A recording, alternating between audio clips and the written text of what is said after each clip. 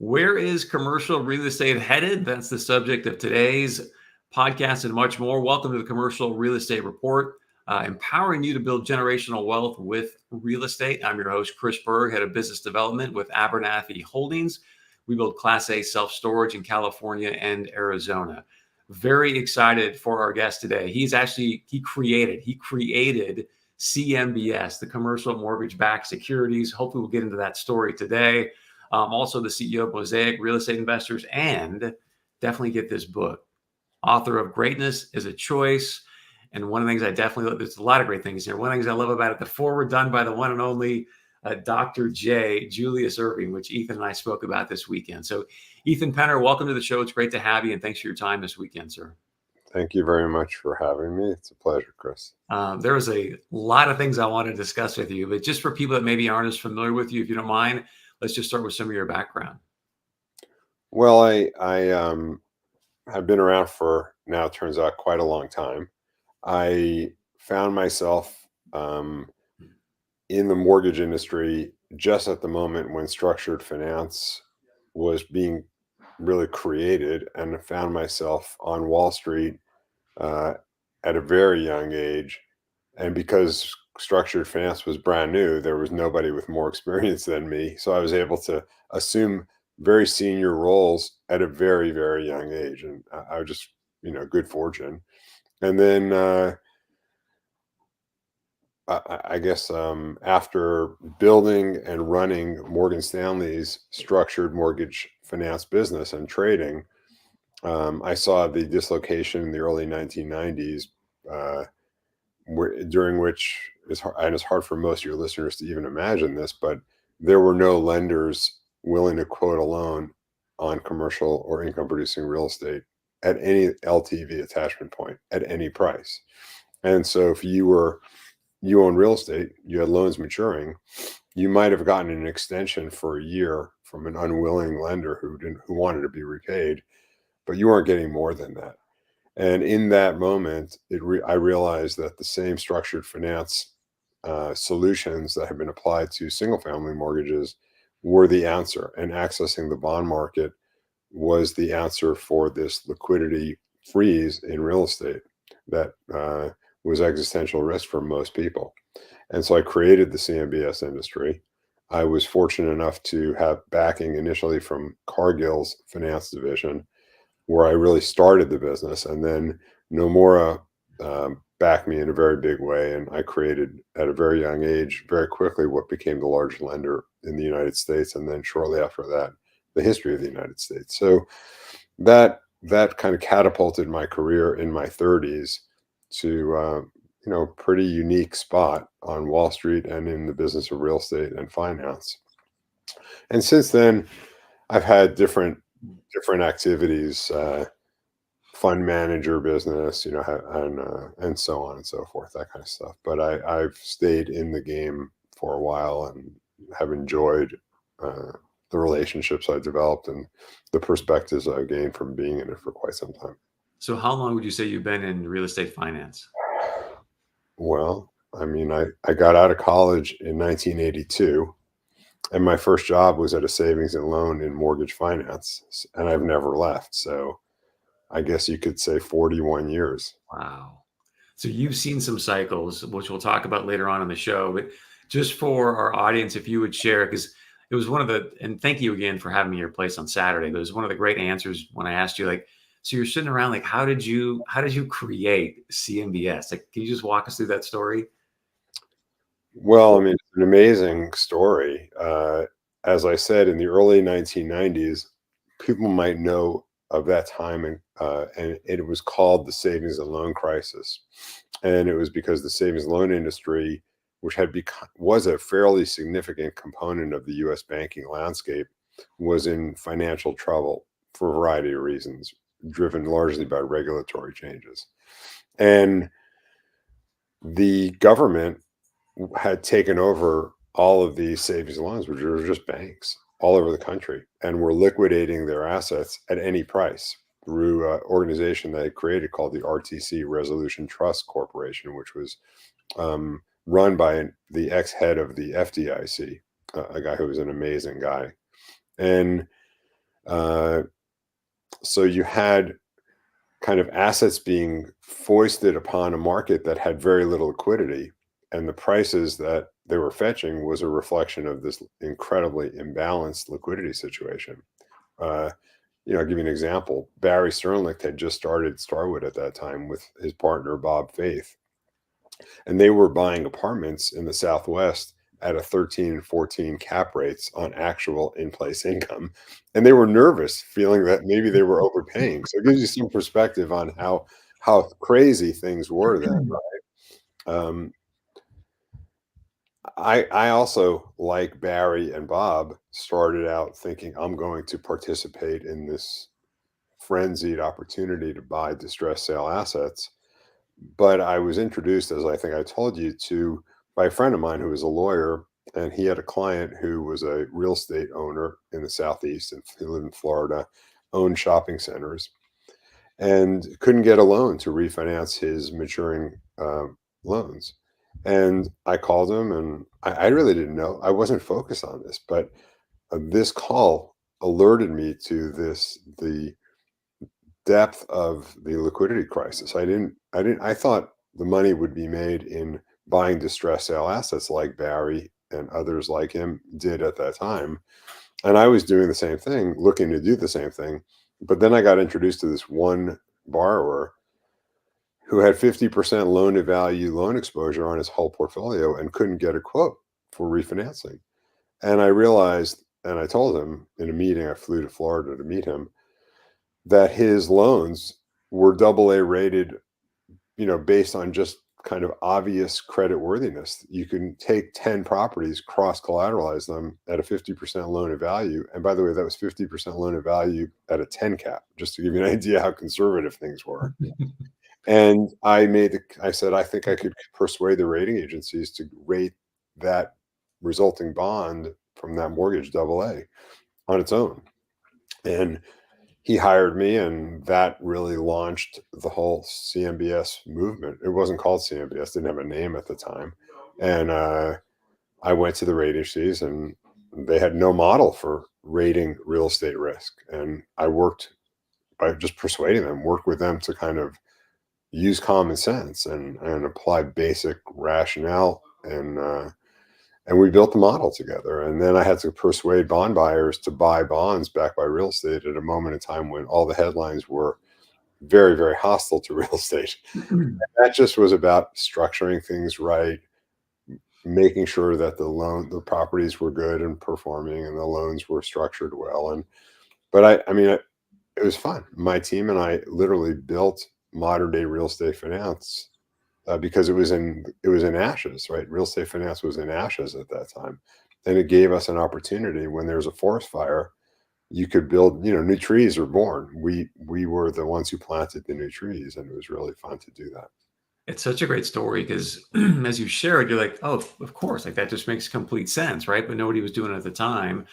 I'm curious, what do you say to the people? Because some people will suggest that it was the CMBS that was the spark or the catalyst to the GFC in 2008. What's your response to that? Yeah, that's obviously not true. And anyone who has even a passing understanding of how finance works, how lending works, how securitization works would explain why that's not true. But very simply, the GFC was a result of a prior period of extremely loose credit standards, right?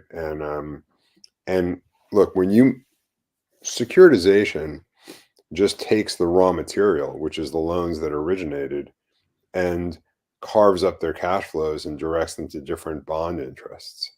If the underlying loans are great, then all the bonds are great.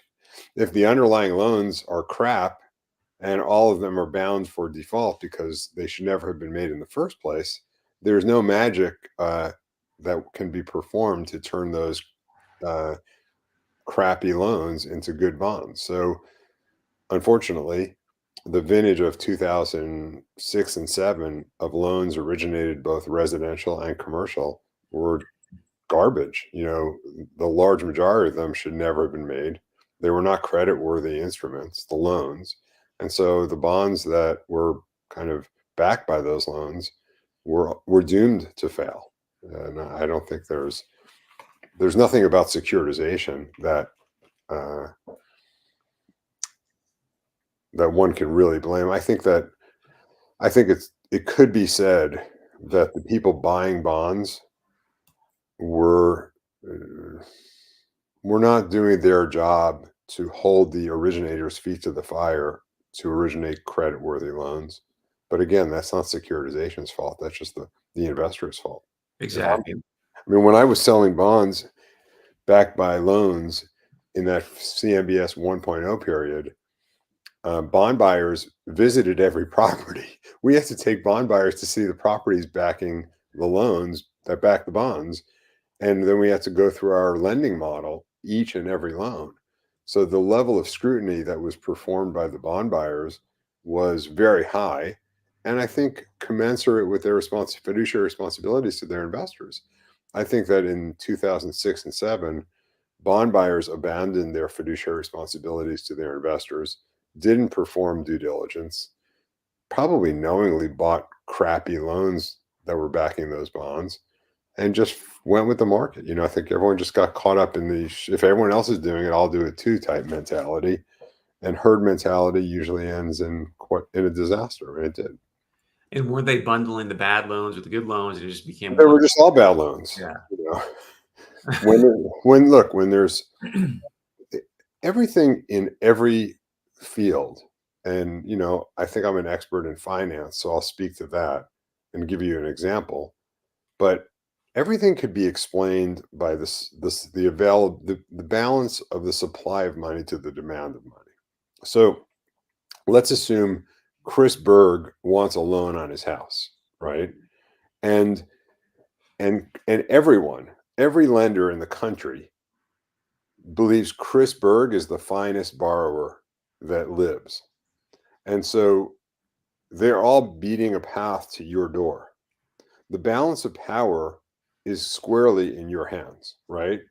And you're going to hold a competition amongst all of those would-be lenders, and you're going to squeeze them and you're going to ultimately select the lender who's willing to lend you the most proceeds at the lowest rate with the least protective covenants.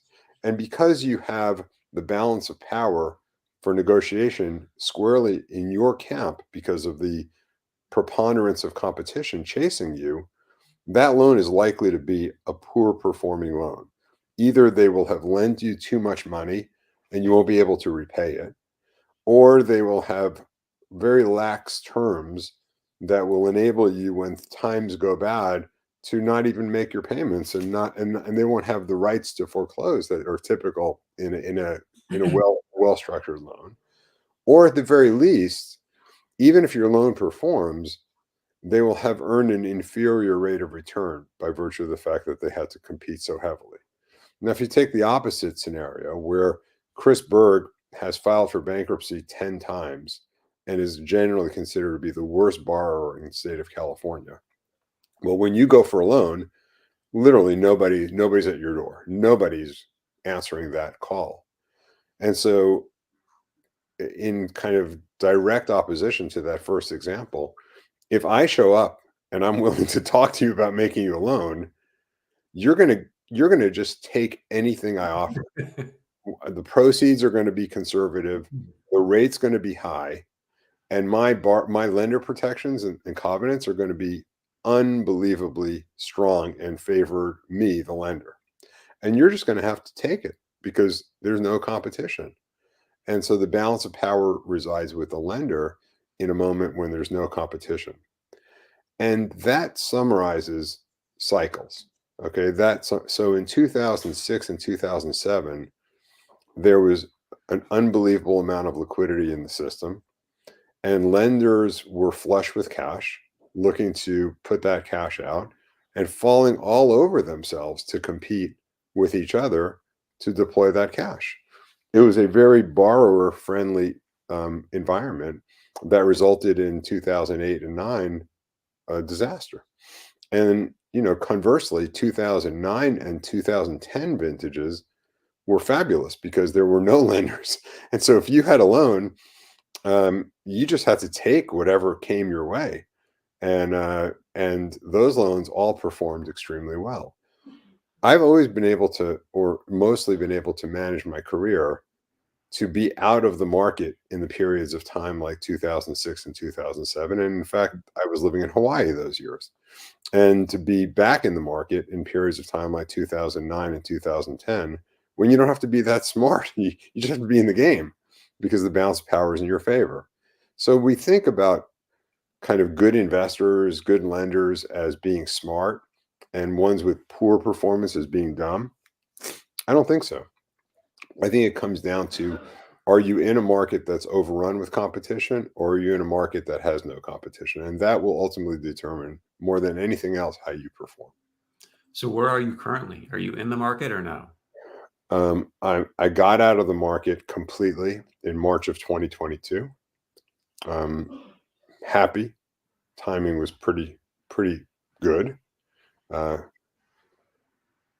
I would have been out earlier. It took about 9 months to close a merger that had been agreed to 9 months earlier. So I was out by largely out by 2022 March, and did not go back in.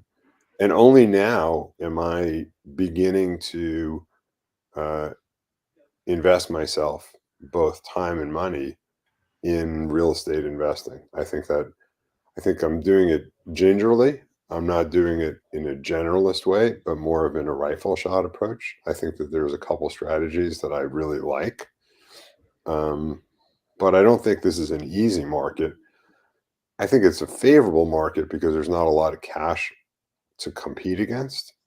But I still don't think it's an easy market because I think that, unlike other downturns, this one is not only because of flow of funds and a curtailment of liquidity, which has been typical in past down cycles. This one's compounded by the fact that there's substantial um,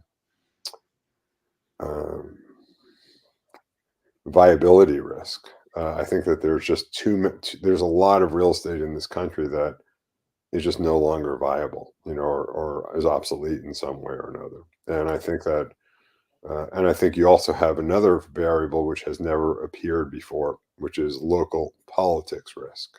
So the combination of obsolescence risk and local politics risk makes today a little more complicated than it ought to be.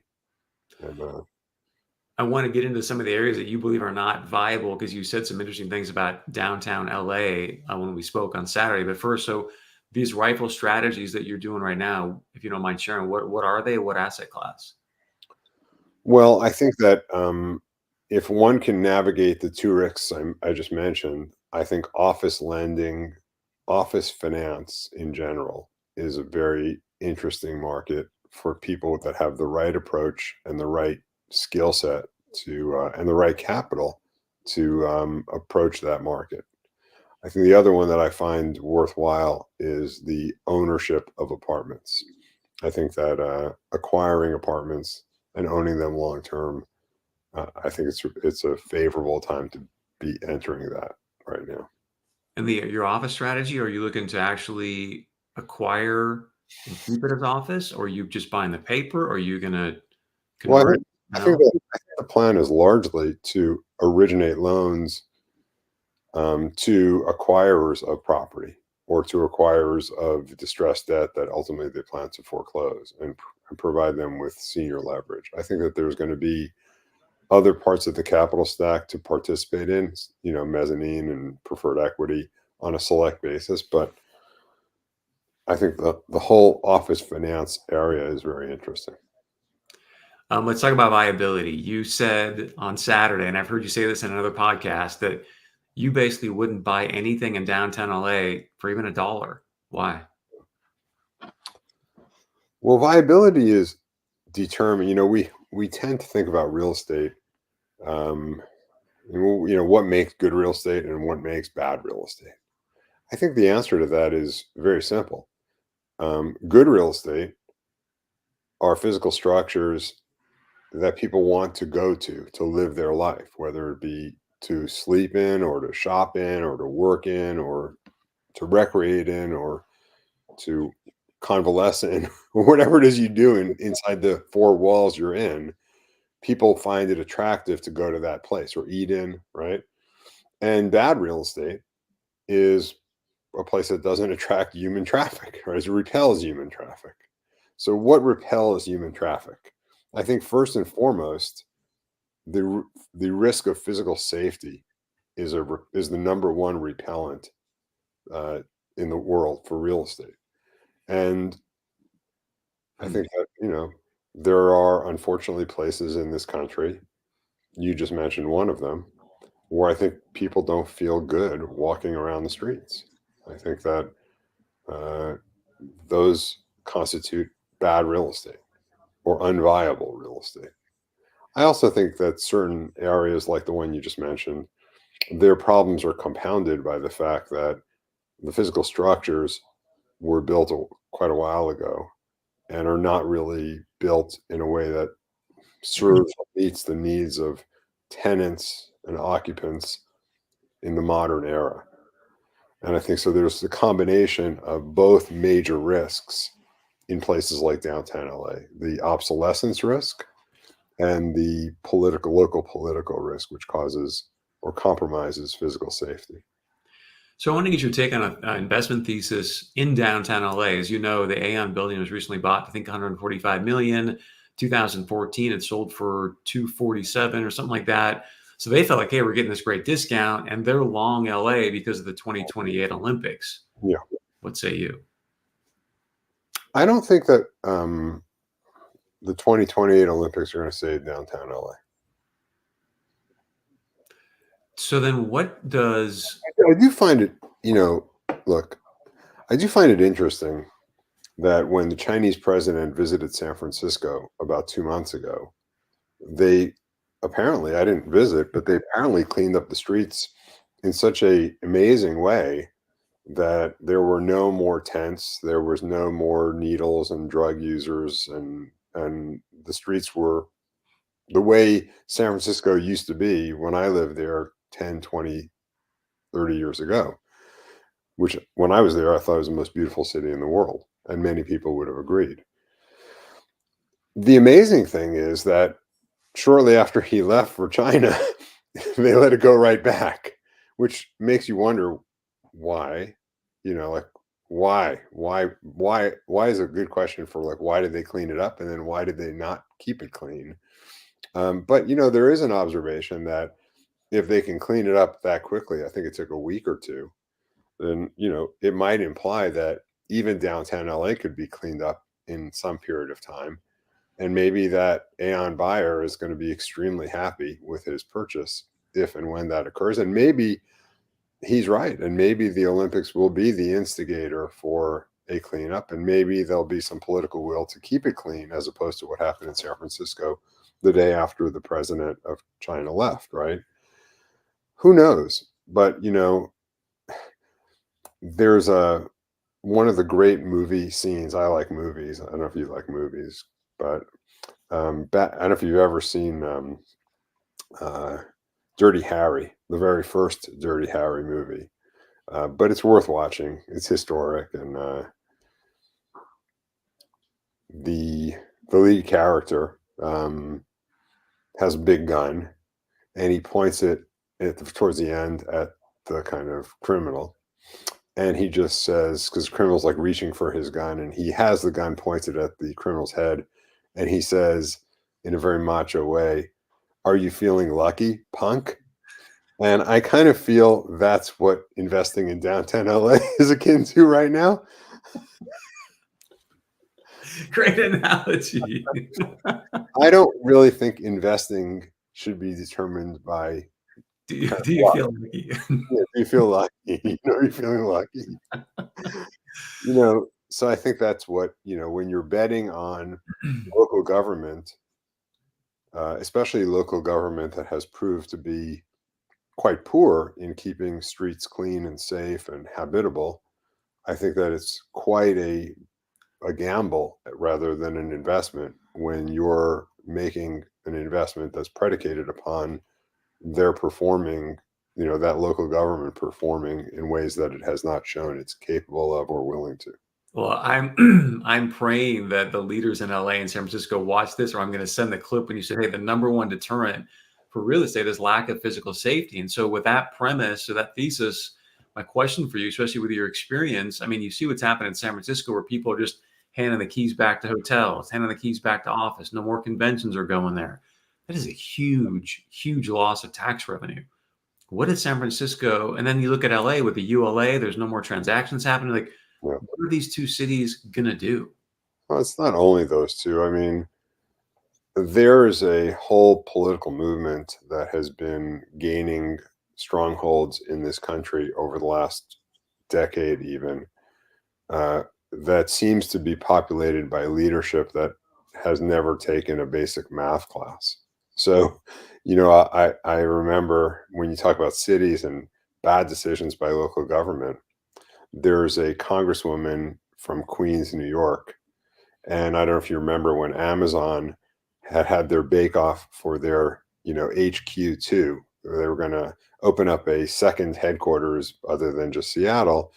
And they landed on, oddly enough, Queens, New York, literally across the water from Manhattan. And in negotiating with Queens, after they had announced that Queens was the lucky winner, which, by the way, Queens hasn't won since the 1969 Mets. Okay, so there hasn't been a win there for a very long time. Uh, um, so this is a place that needed a win. Okay, and and part of the negotiation was for tax breaks for Amazon for moving there. And now, of course, on a net basis, Amazon's move was going to bring tremendous revenues and tremendous new tax revenue to Queens and to New York. But they wanted a share in part of that. And the congresswoman, who I won't name because um, I just won't name her, she basically took a strong stance against Amazon receiving handouts, not realizing that it was not handouts, it was just sharing in the boom that was going to come Queens' way. And it was her activist antagonism towards Amazon that kind of caused them to say, we don't need this shit, we're out of here. So that might have been one of the worst economic movements of any politician I've ever seen in my life. And yet she continues to get reelected because her constituents are not being educated properly. So back to just say San Francisco as an example. I mean, does that city leadership need to change? Do you think they have a change of heart and start to change their policies, or where does it go? Or people just go in and buy it up on the cheap and hopefully it gets revitalized? I think the Ayn Rand books here. Here's one of them right here next to me. Okay, big book, Atlas. Okay, fantastic book. Okay, here's the other one. Just happens to be next to me. Not bad. Another very good book. And in those books, she points out that there's tipping points for societies, right? She categorizes people into different categories: producer or taker. And when there's more takers in a democracy than there are producers, the takers will continue to vote for politicians who will represent their taker orientation, producing nothing along the way, and ultimately driving producers to leave because they're bearing an unfair share of a society that is hostile towards them.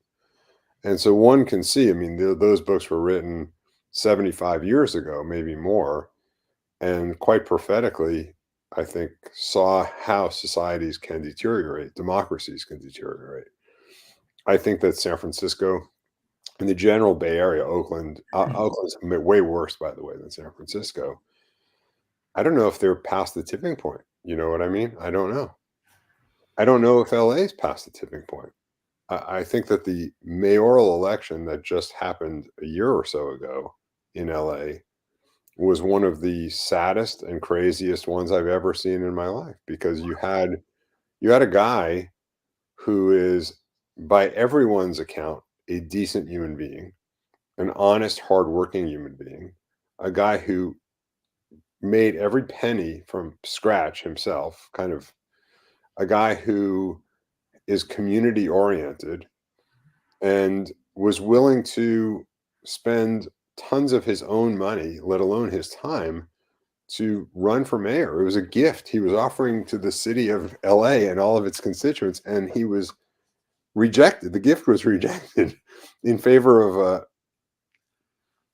a woman who didn't have his credentials. I'll just say that. I'll be kind, okay? And I'm not. I don't think one can infer optimism from that story. So, because of your experience, I really want The FDN building is going to have to become very lucky. He's going to show with a big Colt 45 at opening day or closing or whatever the next step is in that process. So I really want to get your take, because we know there's a lot of CRE loans that are coming due here. I mean, I think it's 2.8 trillion in 2028. Before we get to that, just because you've mentioned Queens and policy, and let's take Donald Trump out of this equation. Let's just do it as a general conversation about this recent decision in New York, where now you've got a family that has obviously got a lot of real estate assets, having to pay $350 million plus in fines. They're saying because they elevated, obviously, the value of these assets, it lowered the rates on the loans, but just your assessment on that decision. Well, in most parts of our country, the attorney general / the government wouldn't have had the ability to file that case in the first place because it was a civil action. And in a civil action, in most places, you need to have a plaintiff who claims he or she was wronged.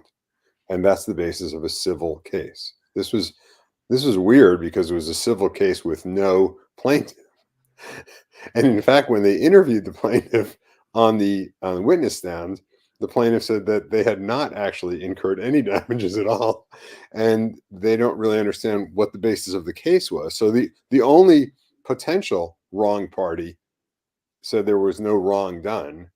They said that it was commonplace for borrowers to inflate their balance sheet, as Trump supposedly did. I'm sure he did, and that they never accept the borrower's statement of their assets on face, but they feel it's their obligation to re-underwrite all of that when making their investment decision and their pricing.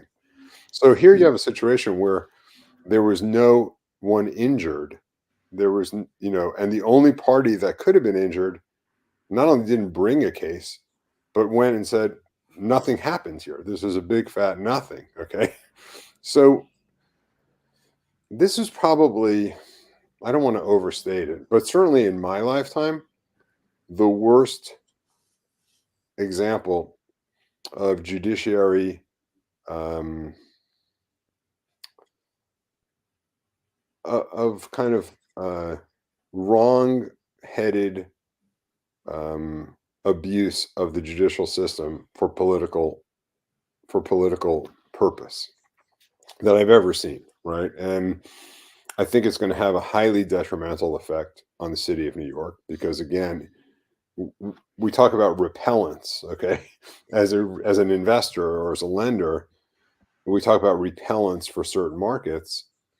A fair and just judicial system is very high up on the list, right behind physical safety, okay?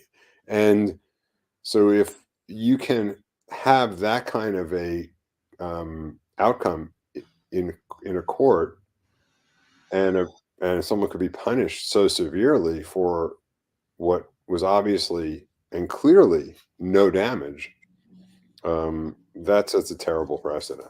And I think the political people who have clearly embraced a by any means necessary justification for their behavior and feel like they're saving democracy from this evil monster that they've portrayed. You can't save democracy by actually killing democracy. That's one of the lessons that I think somehow got lost along the way.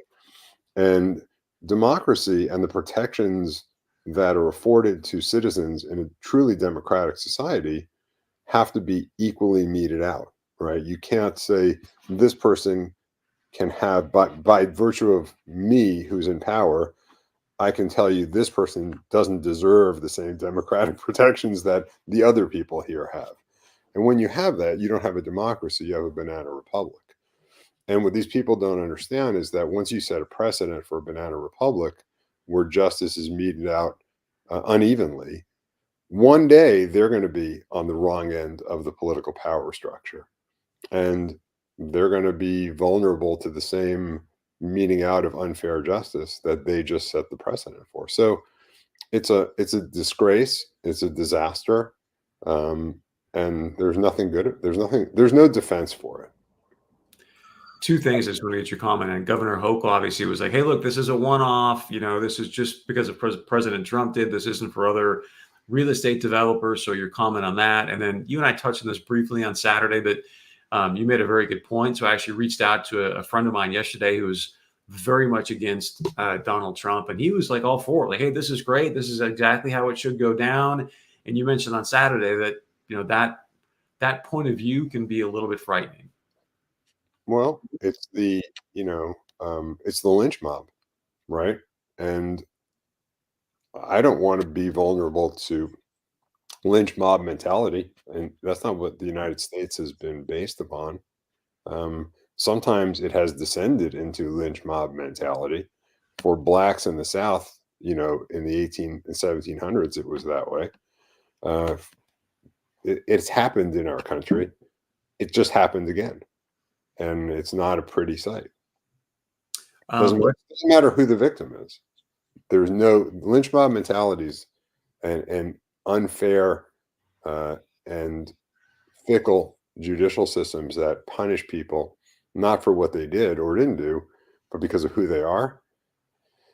That is not a healthy society, and we should fight with everything we have to kind of avoid that in our country. Anything you want to share there? Because some people may, interpret what you said, and I don't think the way you intended. So, any context you want to add to that? Well, I don't mean to be. That's not a political statement. Like I'm not saying. So let me make clear. What I'm not saying is that Donald Trump did not submit a financial statement with inflated assets. I think that it's fairly reasonable to assume he did. Deutsche Bank, who was a lender on that case, said that every real estate borrower does that, and they know that. So if you're going to mete out, if the state, which is what happened here, is going to file a civil case against one borrower who did that, how could it be justified to not do it against every borrower that did that? And just because the people in power in the city of New York or the state of New York dislike a certain person, Donald Trump in this case, and believe that he's the wrong man to be president, and they're using their power to affect that opinion, they're undermining both kind of fair justice, and they're also undermining the democratic process, which would enable us as a country to vote through a normal voting process for who we all want, without one person or 5 people or 100 people being able to put their finger on the scales and tip it one way or another. That's not democracy. Yeah, and it's really the piece we haven't talked about, and I don't know if it's the exact ruling on it, but like he can't run a business in New York for 3 years. I mean, what that says to the business community is frightening if you're someone who actually wants to be entrepreneurial or go out and develop stuff there. Well, all it will do is create more cronyism and less free market capitalism. And those are polar opposites for those listeners who don't understand that. Free market capitalism rewards people who work hard and honestly on good ideas and therefore bring value and are rewarded for bringing value. Cronyism is the exact opposite. It's when someone reaches out to someone in political power and bribes them, okay, in order to get favorable treatment. And the scales get tipped in their favor or against their competitor's favor. That is what just happened here. that's disgusting. And that judgment will only further encourage that. So I think people who are committed to honest free market capitalism and working hard and honestly will consider very seriously abandoning New York completely if they can. I don't know if you saw, but Kevin O'Leary, aka Mr. Wonderful, went on a rant yesterday about New York and how scary it is, and just calling it a really dangerous and terrible place. Those are his words, not mine. But for you, last question, I want to get your take on. You said you're kind of tipping your toe back in the water from a real estate investment perspective. There's all this conversation about the CRE loans that are coming due over the next several years. Where do you think we are on the cycle? What do you think happens with these loans that clearly there's just not going to be enough equity to meet the loan to get refied? Well, I think that to a lesser extent than 2006 and 2007, the period of time leading up to 2000, I don't know, 22. So the 2017 to 2021 period was a period of extreme liquidity. And like '06 and '07, probably not as extreme, but similar.